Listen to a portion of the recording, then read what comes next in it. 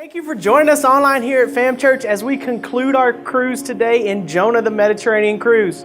If you haven't already, please click the subscribe button below to subscribe to our YouTube channel. And make sure to go to Facebook at facebook.com/famchurch and give us a like. And now our lead pastor, Brian Lane. Here we are, we're wrapping up this look at the book of Jonah. We're on our way home from this cruise that we've been on for the last 4 weeks. It's almost time to get off the boat and head back to our houses, okay? And last week, as a part of this great adventure, we stopped with our exotic port call in the city of Nineveh. Here we were in this city, and Jonah was not a fan of this city. He was literally standing in this city, or he was called to this city. He was standing outside of this city, and just the thought of him going into the city, he found offensive. He did not want to go in and minister to these people. He wanted nothing to do with them. But yet here he was. And not only was he there, the reason he was there was to tell them about God's love and compassion that God had for that city. And what we saw last week when we were looking at this was really disturbing to Jonah, because Jonah thought to himself, these people are wicked, these people are evil, these people, they shouldn't be on this earth, and yet God wants me to go to them and have love and compassion for them. And it really left him in a challenging spot. But what we learned from this was that in our lives, a lot of times Jesus is going to take us places and call us to people, and we're going to look at those people and we're going to say to ourselves, God, I don't want to have nothing to do with them. I mean, my thought is this, what if Bruce Jenner, what's Bruce Jenner's new name now? Does anybody know? Does he have a woman name? And it's if Bruce Jenner were to walk through those doors right now, I wouldn't be really excited about ministering to him. I just tell you the truth in this situation. And it's we have these people that we come in contact with that we find the sin that they participate in very offensive, and we don't want to have nothing to do with them. But what God was speaking to us last week was He was saying, you know what? It doesn't matter the sin that they're involved in, whether you like it or not. I've called you to minister and bring the gospel message to them. And then the second thing that we saw last week was that God gave Jonah a second chance at what God had called him to do. And God has a second chance for us when we screw up, when we blow it as well. Okay? He still can, He still will use us no matter how much we've messed up. And now this morning, we're wrapping up this cruise. And of course, when you come to the end of a cruise, the question that you always have to ask yourself is why? Why does the cruise have to end, right? Because everybody who's been on a cruise, they don't want the cruise to end, do you? I mean, you've got people waiting on you. You've got so much food in front of you all the time that you're just stuffing your face. You gain 10 pounds on a 4-day cruise, and you're saying to yourself, God, why does this have to end? This is so amazing. I was talking with a pastor friend of mine at District Council this week, and him and his wife had just got back from a cruise, and that was their response. They were like, man, I wish it wouldn't have had to end. I mean, I was on my way home, and I'm thinking to myself, man, I don't really want to go back to reality. I mean, that was the story of his life. But why isn't just a question that we ask at the end of a cruise, is it? I mean, do you guys go through life asking why questions all the time? I do. I mean, one of the why questions I have is this: why do people eat grits? I mean, that's a question that I ponder on a regular basis. Because I don't get it, okay? Everyone who's lived in the North knows that grits are just a cheap imitation of cream of wheat. Okay, and cream of wheat tastes way better than grits. Okay? I got people booing me. I've never had that happen in church.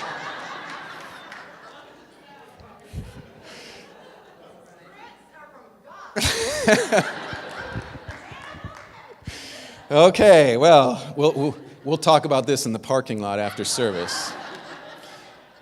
Or I ask myself other questions of why, like when you're driving your car and somebody is in the left lane going 45 in a 65. I ask myself, why are you doing that? And then I'm riding their tail, and so the person in the car is sitting there asking, why are you riding my tail? Okay, I don't know why they ask that why question, but they do. Okay, why questions? It's a part of life, and we ask it about other people, but sometimes we ask it about our own decisions too, don't we?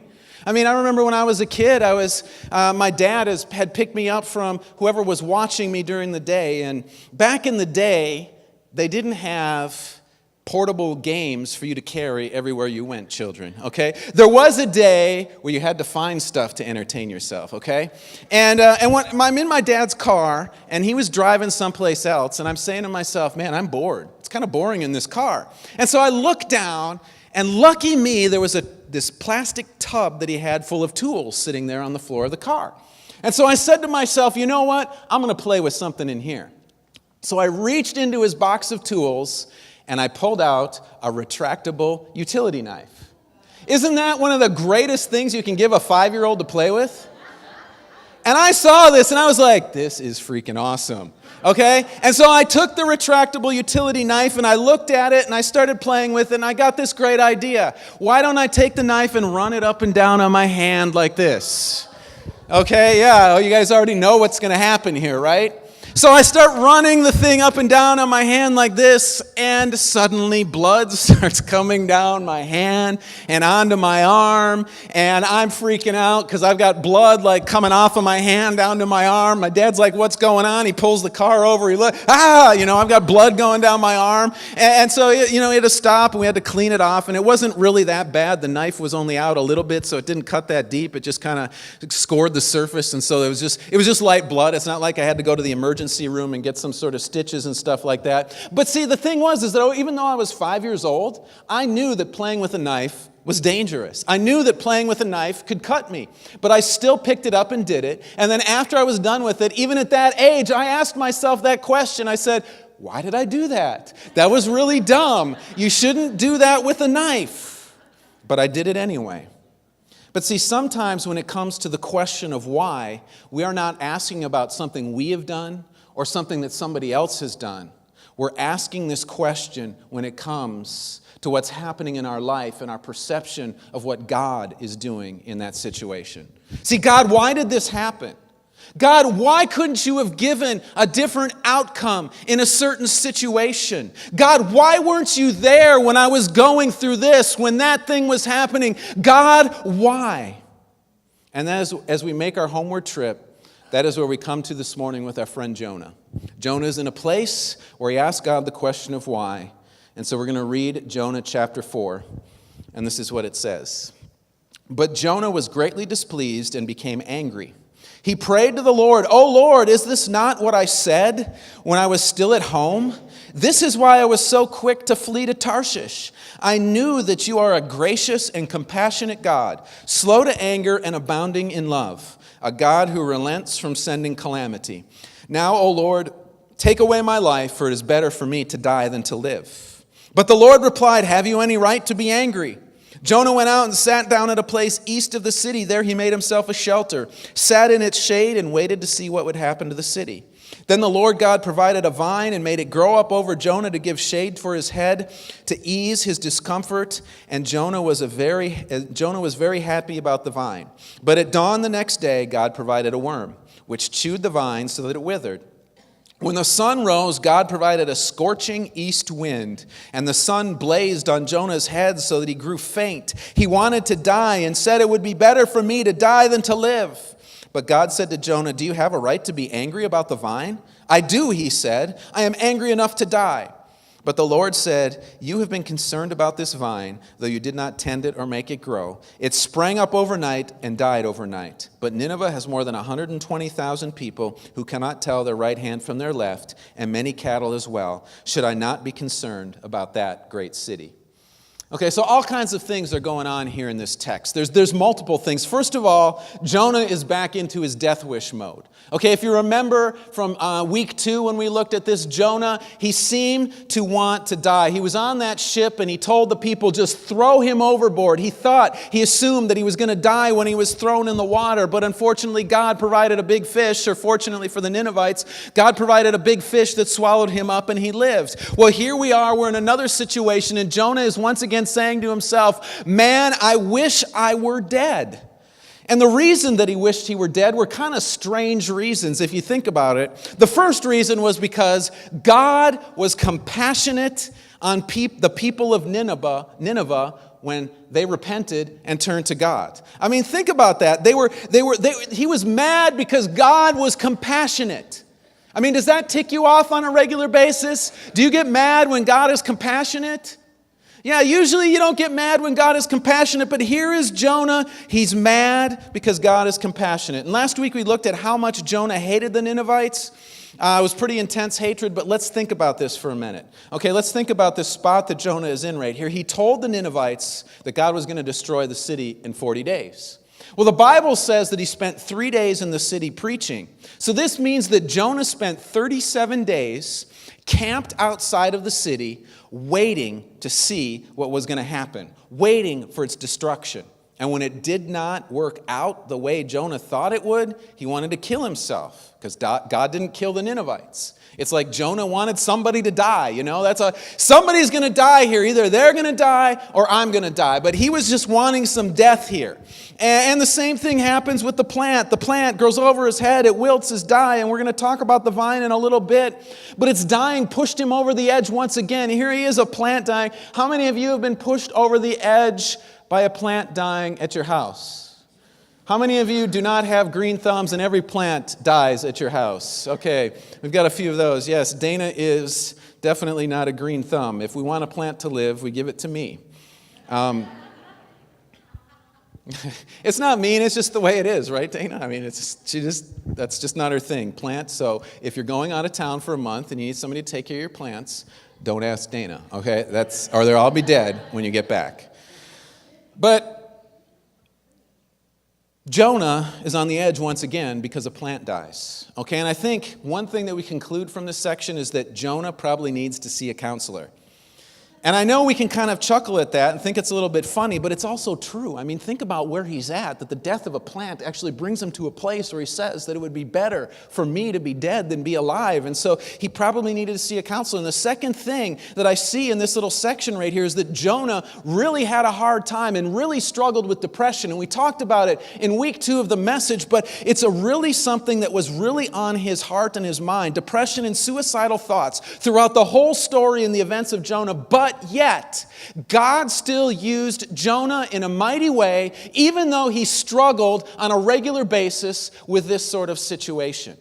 And so what I've learned, what I can take from this is that when you are struggling in life, it doesn't mean that God can't use you. It doesn't mean God doesn't have plans and purposes for you in your life. Regardless of your struggles, God can use you. He used Jonah, and he can use you as well.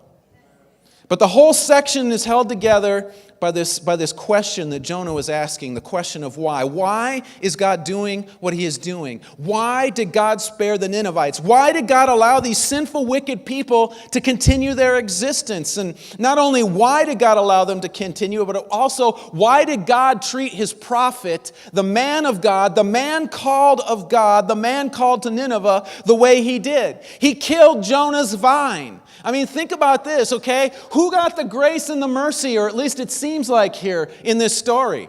The sinners in Nineveh got the grace and the mercy. Who got the bad deal? It looks like Jonah got the bad deal, right?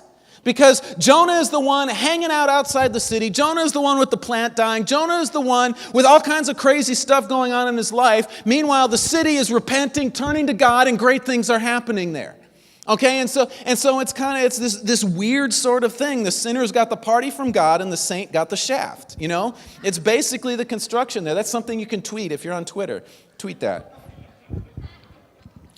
Okay, but not only after that, but after the vine died, this east wind then whips up, right? We got this east wind. This east wind is called a sirocco. And during a sirocco, I'm not sure if I'm pronouncing that right, sirocco, the temperature rises steeply even in the middle of the night, and they remain high, 15 to 20 degrees higher than normal. At times, it feels like every scrap of moisture has been extracted from the air so that a person's skin feels like it's much tighter than usual. Okay, the wind causes plants to wilt because of the heat and lack of moisture. And when those winds come, everyone hunkers down in shelters and waits for the winds to pass. Now here is Jonah living in this sirocco with no real shelter, and all of these things made him ask this question, why? And not only did he ask the question why, but not being able to understand why God was doing what he was doing caused him to get even more mad. Okay? It says 2 times in this section of the Bible that Jonah was mad at God. Not only was Jonah mad, but Jonah also knew that he was justified in his anger. Because God asked Jonah in 4:9, God says to him outright, "Do you have a right to be mad?" And Jonah answers God, he answers back and he says, "Yes, I do have a right," because he thought that God had, the reason he had to be justified in being mad was that God had come to him and God had said to him, "Look, go to these people and tell them in 40 days I'm going to destroy your city." Okay? Jonah went there, he preached what God had said, and then did God destroy the city? No. And so what did Jonah look like? He looked like an idiot, didn't he? I mean, imagine if God told you to go and you were running around Lakeland and saying God's going to destroy this city in 40 days and nothing happened. What would people say about you? Oh, yeah, they'd say all kinds of things about you. They'd make fun of you. You'd be the butt of jokes. And one of the commentaries that I looked at, they actually said this. They said that if you were to go to Deuteronomy 18:20 through 22, and you were to read what the deal is with prophets, and this is what it says there. Deuteronomy 18:20 to 22. "But a prophet who presumes to speak in my name anything I have not commanded him to say, or a prophet who speaks in the name of other gods must be put to death. You may say to yourselves, how can we know when a message has not been spoken by the Lord? If what a prophet proclaims in the name of the Lord does not take place or come true, that is a message the Lord has not spoken. The prophet has spoken presumptuously. Do not be afraid of him." So you read that and you say to yourself, well, wait a minute. Jonah, was he even a prophet? Because he spoke a word from God, and the word never happened. This one commentator said that if he would have done this in Israel, that Jonah probably would have been put to death. And it was still possible for him to be put to death because when he got back to Israel and they found out that he was preaching and proclaiming that the city was going to be destroyed and it didn't, some righteous Jew could have had him put to death. I mean, this is a really kind of crazy and intense situation. And to make it worse, he was dealing with a God that has the audacity to be gracious and compassionate by sparing the lives of the Ninevites. And it's hard to wrap our brains around that idea of somebody being mad because of the compassion of God, but really, is it that hard? Because when we talked about last week, people that we look at and we don't like their sin, and we try and be compassionate and caring towards them, what happens with us? We suddenly say to ourselves, whoa, God. And so to top it all off, Jonah's out there, all this crazy stuff going on, and his plant dies. That's enough for Jonah. He feels, it's time for somebody to punch God in the face, because who does he think he is? It's one thing to have compassion on people, but to kill the plant? That was his shelter. No, this was his shelter. This was his protection. But I want you to think about how really ridiculous this one is, okay? It's a plant, yes. But let's just review Jonah's life for a minute here. He had just come from Nineveh, right? He had just preached to them 40 more days and God's going to destroy this city. The people had turned away from their sin and turned to God in repentance. Do you think that the people of Nineveh were happy that Jonah had come there to tell them that God was about to destroy the city?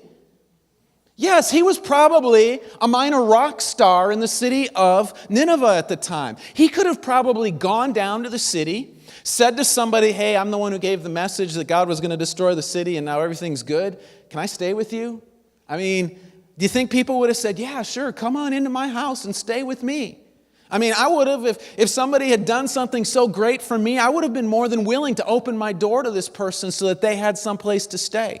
But yet here is Jonah out here. He is angry. He decides that he's going to stay outside of the city and then gets mad when the plant dies. But see, in both cases, Jonah felt like he had the right to be mad because of how God was treating him. But really, when you think about it, that's the story of us all. We have a right to be angry when something happens and we don't understand why. At least we think we do. We think God's picking on us. God's not being fair. There's so many other people out there that are so much worse than we are, right? That God should spend his time picking on than us. Jonah was looking at the city of 120,000 people, and I'm sure he was thinking, man, you know what? They deserved what they're about to get. They deserve to have their city destroyed, but not me.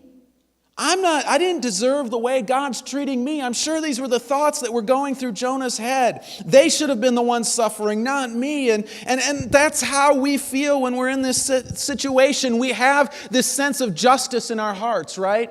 But our justice has to do with us and who we are as people. You know, we look at situations and we see problems and we look at it and we say, you know what? God, this isn't just. But so many times we forget one simple fact about God and about our relationship with God.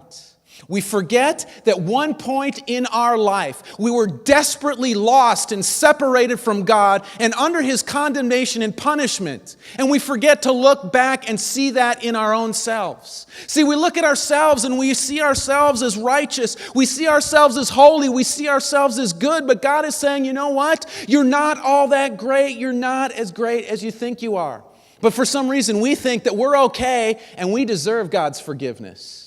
You know, maybe there's people out there that don't, but we're good enough and we deserve God's forgiveness. But see, Romans 3:23 tells us different. It tells us that all have sinned and fallen short of the glory of God. See, we have all sinned. We have all fallen short of God's glory. But God, instead of giving us what we deserve for our sin, what does He give us? He gives us grace. He gives us mercy. He gives us compassion. He gives us all the things that we don't deserve. We deserve death. And see, because we've received that from God, we have no right to be angry at the unjust things that we perceive that happen to us, because we received an unjust, righteous reward. And I know some of us are saying to ourselves, hold on there, buddy. You don't understand. Life's been beating me up. No matter where I go, no matter what I do, it just seems like life is a constant assault and attack on me, and I can't catch a break. But you know what? I think everybody can relate to a situation in life where they felt like they've been under a constant assault and attack from God. I remember in 2010 as I was driving back to Ocala from Detroit, Michigan from National Fine Arts. My phone rang. I don't know where we were. We were in Kentucky, Tennessee, something like that. Phone rang. And it was a friend of mine. It was Jason. He was here a few weeks ago sitting down front. And he called. He was on the church board. And he called to tell me that my job was going to be gone at the end of the year because of the finances. And I told you guys that story. And so I was pretty upset. I mean, who wouldn't be finding out that you're going to be losing your job, right? And so here I am. And I was getting back from Detroit, and our family was supposed to go on vacation the following week. And I'm like, Dana, you know, we only got a few months left at the church, money. So we decided we're not going to go on vacation. Well, what happens is David Houck, the missionary who was here, who spoke on Mission Sunday, he calls me up and he says to me, he says, hey, we've got a beach house that we're renting for the next 2 weeks, and you and your family, you're welcome to jump in the car, come over and hang out with us at the beach house. And so we decided, all right, we'll do that for a couple of days. So we loaded up our car, we headed over to Ormond Beach, and it was just a beautiful day out, right? Just gorgeous. We get to the beach, we park the car, we get down on the beach, and like within 20 minutes, rain clouds just come up out of nowhere, okay? And so Dana starts packing up the stuff to put it in the car. And I'm like, I'm not going anywhere. I'm staying here on this beach. Nobody is going to, I was ticked off. And I'm like, God, you know what? You're taking my job from me. And now you're going to screw with me when I got a couple of days on the beach? Are you kidding me? I was mad. I refused to pack up the car. I sat there in the rain. And it started raining harder and harder and harder. I was mad. I told God He was ruining my life. I want to know why God was picking on me. I mean, my job, my vacation, everything at that time I felt was gone. I felt like, you know what, there's people far more evil in this world. And if He wanted a list of names, I could have hooked Him up with some names too, you know? But I was mad. Because God was doing something, and I didn't understand why I was going through what I was going through. But there was a reason that the stuff in my life was happening to me, and there was a reason that this happened to Jonah. See, God was asking me, and God was asking Jonah a question. We were asking why, and God was asking one question to us. Who do you trust? That was the question that God was asking. Jonah was a prophet. Jonah was a man who was appointed to serve God in ministry, but there seemed to be a lack of trust in God. Lack of trust in God for God's purposes and plans in Jonah's life. When he received the call to go to Nineveh, fear entered his heart and he didn't want to go. He didn't have faith in God, that God knew what he was doing, and because of that he ran. And then yes, he eventually answered the call when he was in the belly of a fish. But was this an act of faith, or was this an act of Jonah wanted to get out of the belly of the fish? And so it's like, you know what? I better do what God's asking me to do, or I'm going to be stuck in this fish for a long time. It was probably the latter. He probably turned to God because he knew that if he didn't, he wasn't going to get out of the fish. But there wasn't faith there.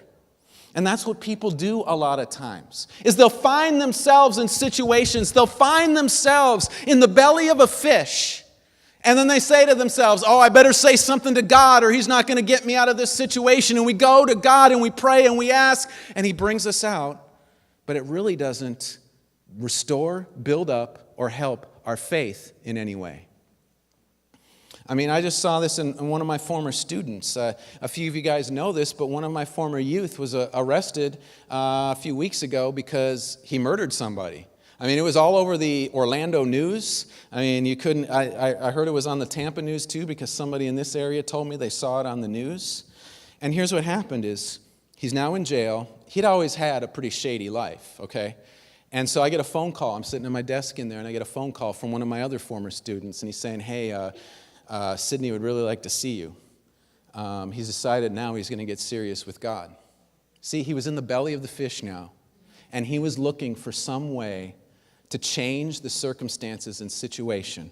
But see, the problem isn't him being in the fish. The root of the problem was his life and where he was living his life before that. He wasn't living his life in faith and trust in God. Instead, he was living his life someplace else, and that's what put him there. And Rob, if you could come on back up. You know, that was the question. See, God was asking me when I was standing there on that beach in Ormond Beach that day with rain pelting my face. He was asking me, who are you trusting? Are you trusting me, or are you trusting yourself? And if you're going through a thing, through a time, through a place where you're asking God the question of why are things going the way they are? If you're at a place where you're mad because God doesn't seem to be answering the question of why, then maybe the issue has to do with who you are trusting. Are you trusting your mind, your heart, your own strength, skills, and abilities? Or are you trusting in God?